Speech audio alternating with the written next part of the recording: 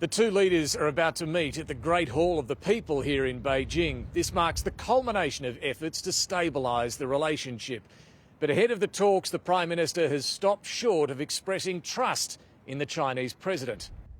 The Temple of Heaven, where Chinese emperors once prayed for a good harvest, fitting for a Prime Minister praying for success, ahead of a crucial meeting with China's President for life, Xi Jinping. Gough Whitlam came here 50 years ago on the first visit to China by an Australian leader.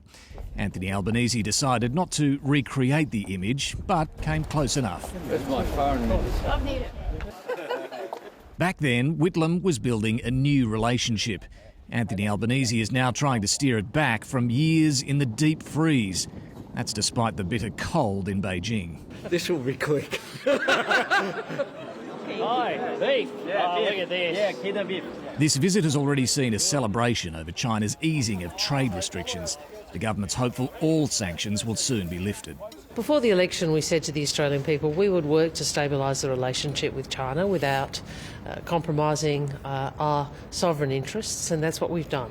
The Prime Minister's directly linking improved trade ties to more Australian jobs and a stronger economy, pushing back at criticism of his international travel. But the opposition's setting the bar high. It wants more than an easing of tariffs. Now, this is a real test of strength and substance for Anthony Albanese. He needs to demonstrate strength and substance ahead of ceremony or symbolism. Ahead of the meeting with Xi, Anthony Albanese said he'd be upfront on areas of disagreement. He says Australia supports maintaining the status quo over Taiwan, and he's defended the AUKUS nuclear-powered submarine deal, which China sees as a containment strategy. We think that AUKUS is in Australia's national interest. We also think that AUKUS is a vehicle to promote security, peace and stability in the region. Australia's AUKUS partner and closest ally doesn't think China is promoting peace and stability. Joe Biden delivered this warning to Anthony Albanese about Xi Jinping just 11 days ago. Trust but verify is the phrase. Asked twice, Anthony Albanese couldn't quite bring himself to say he trusts the Chinese leader. He has never said anything to me that has not been done.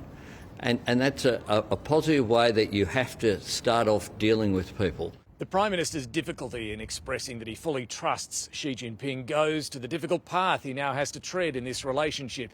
Yes, their meeting marks a new chapter in the Australia-China relationship, a chapter where trade ties are improved and the two leaders can talk, but it's a chapter where difficulties remain.